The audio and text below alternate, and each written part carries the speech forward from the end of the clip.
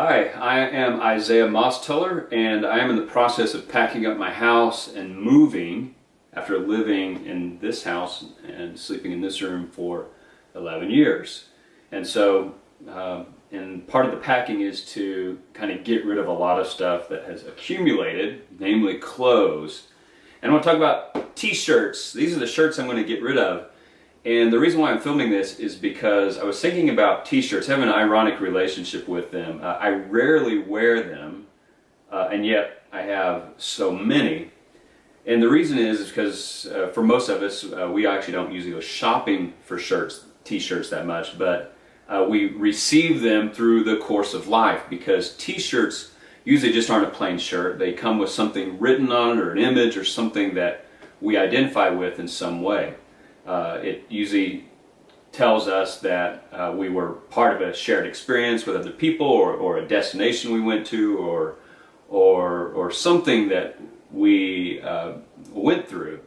And so a t-shirt in a lot of ways is a memory of a place, a time, and people. And so for me, as an archivist and someone who likes to catalog, it's kind of hard to get rid of them, even though I rarely wear them. And so I am going to get rid of these. But before doing so, I am going to talk about them. In particular, I'm going to call this my Biogra tee as a t-shirt, because I put these in chronological order. Reverse, there we go, chronological order, going back to the beginning. And I'm going to do a little biography of my life based on the t-shirts that I've gotten along the way.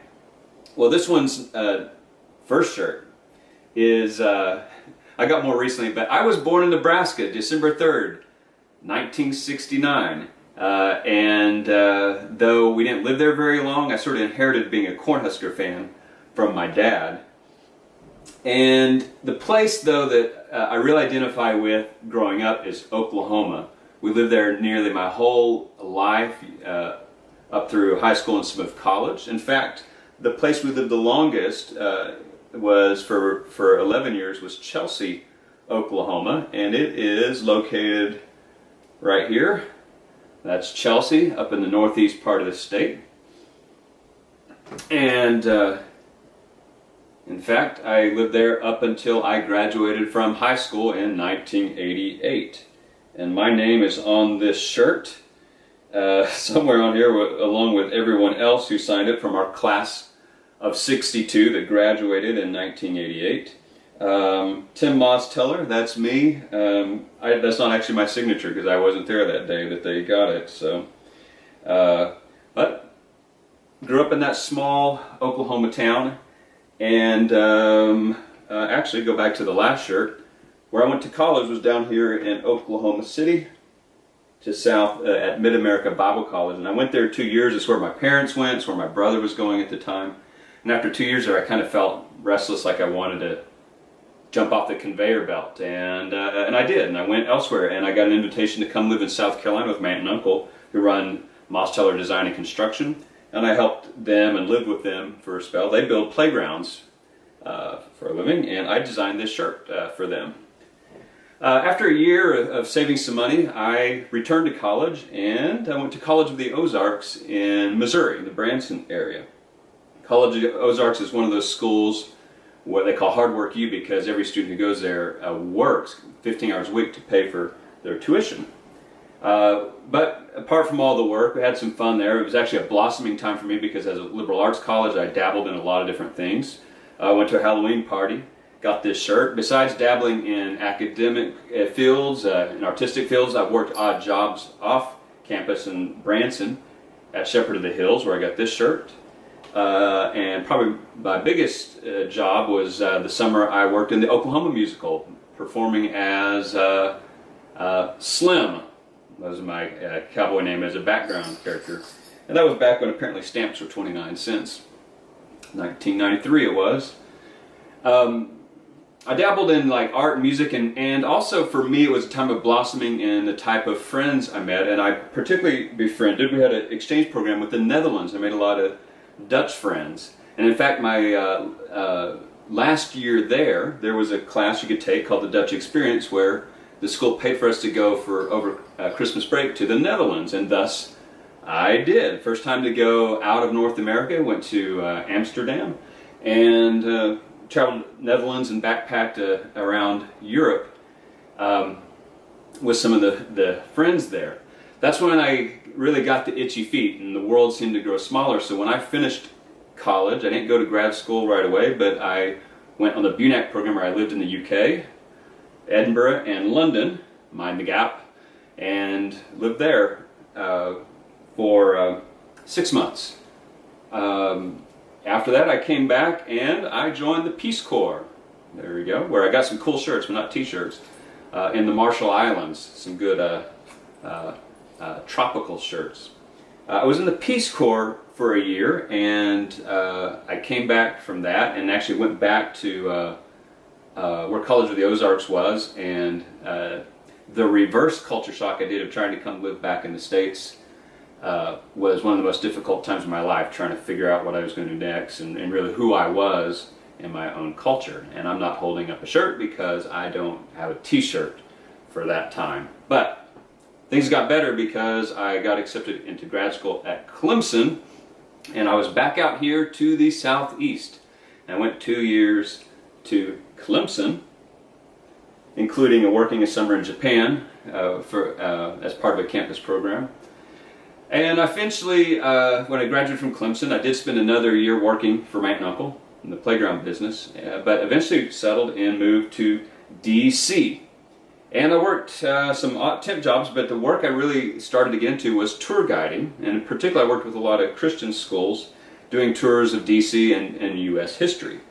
I did it for a spell, and I told myself, I'll do this while I look for the real job. Well, somehow in a few years it sort of became the real job, even though I was sort of dragged reluctantly into it. Wasn't that proud of it. But that's what I ended up doing. Socially in DC, I was mostly connected through the church I went to, which was one of these mega churches that had a ministry specifically for young professionals, which DC has so many. But I was involved in frontline adventure sports. In particular, we did outdoor things, and I actually designed this shirt for that program as a help with that.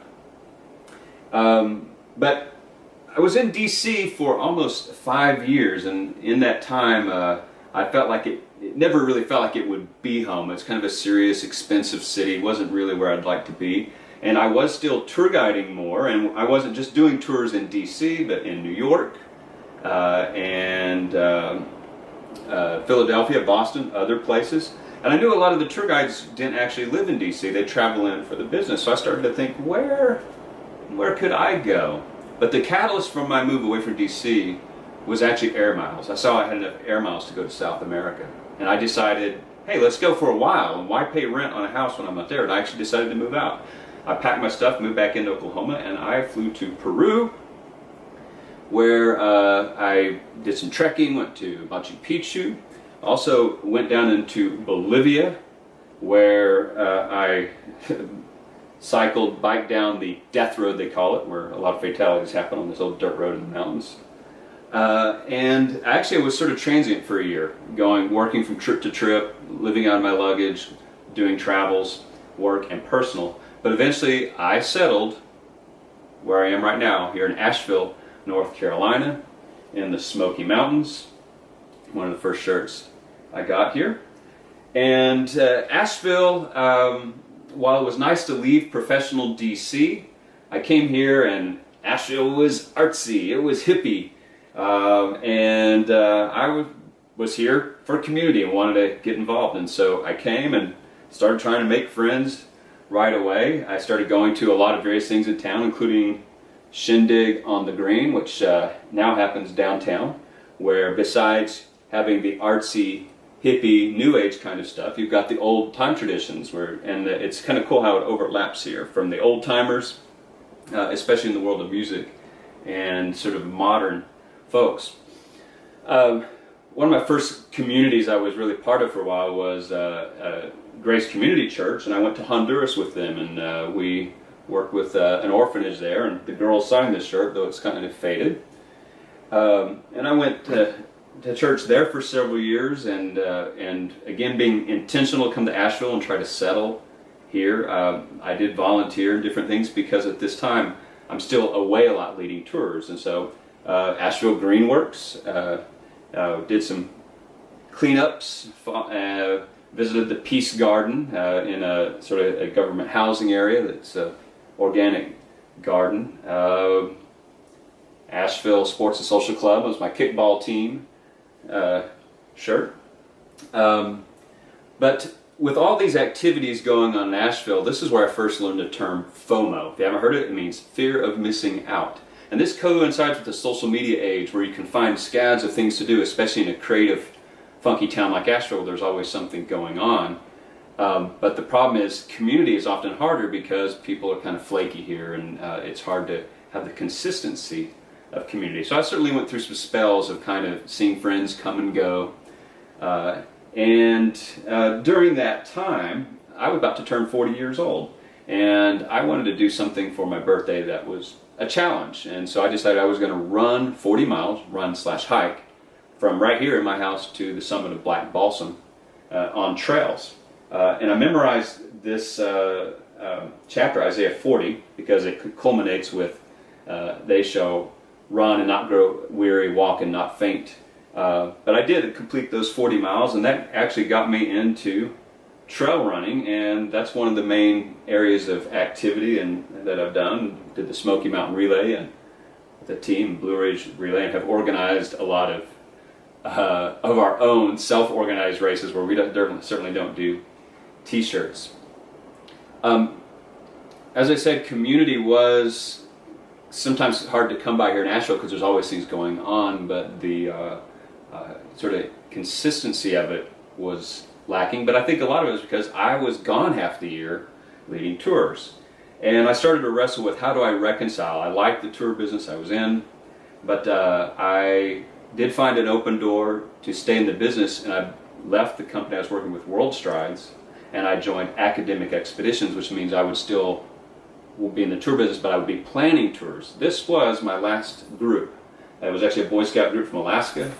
I led them in DC the summer of 2010, and with that I said goodbye to World Strides and started working with Academic Expeditions, where now I plan the tours and I work from home from my computer doing that, scheduling, being in touch with teachers, did a lot developing our website, and I'll still lead some tours, but I'm only gone maybe 2 months out of the year, so it's a much healthier balance. And I'm holding up this shirt because this is one of my school's Carl Thorpe that I work with, and I designed this t-shirt for them, so it shows that I have a little more involvement and creativity besides just guiding. I'm helping plan and make that trip happen in creative ways that I wasn't able to do before, and get to be home more often, and that's a big thing. And speaking of being home, I made a decision pretty quickly after starting this new job. I wanted to not just be home, but I kind of wanted to be rooted here, and as a symbol of that, I decided to get a dog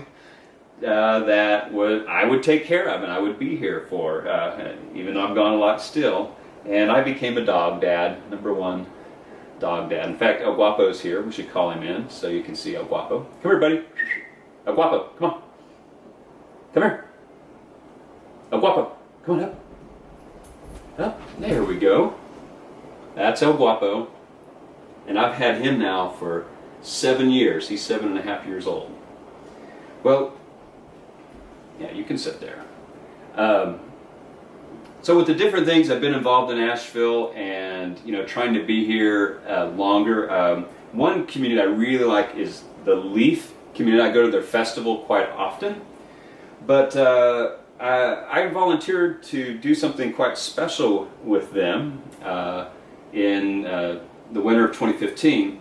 I led a trip to Costa Rica to visit their international programs, and on that trip, a very attractive young woman went, whose name is Kim, and I met Kim. I got to know her on that trip. We started dating afterwards, and in 2 days we are getting married. That's the reason why I'm moving out of this house and moving into hers, which is smaller, and we got to narrow down. And so that's a big change in my life. Since I met her, she is my community in a lot of ways, and we have community together. I'm impressed with her, how she has some good core friendships and we hosted a party and made these shirts for her friend Tanya. And I still travel, and it was a little hard early on to maintain that relationship while I'm gone a lot, but Kim likes to travel well, and we'll travel some together. And when I did a road trip with Guapo 2 summers ago, we went through Wisconsin, her home state, and visited Lambeau, and I've been back there 3 times. And so I don't have a t-shirt for the wedding coming up, but that's where we've come up to, and a big change in my life now. September 2017, getting married, moving out of this house, and starting a new life with Kim. And we'll see what garments I collect in that process. So, speaking of which, so this is the room, and this closet was full of, that whole rack full of clothes, shoes all over the floor, pared it down to just this, stacks of clothes up here. So I've actually narrowed it down pretty well, and ready to move this stuff over into her house. And so that's my Biogra tee, as represented in t-shirts. If you like any of these garments you saw, well, go to Asheville Goodwill and you might have a chance to buy them. Well, that's my story. Looking forward to marriage. Bye-bye.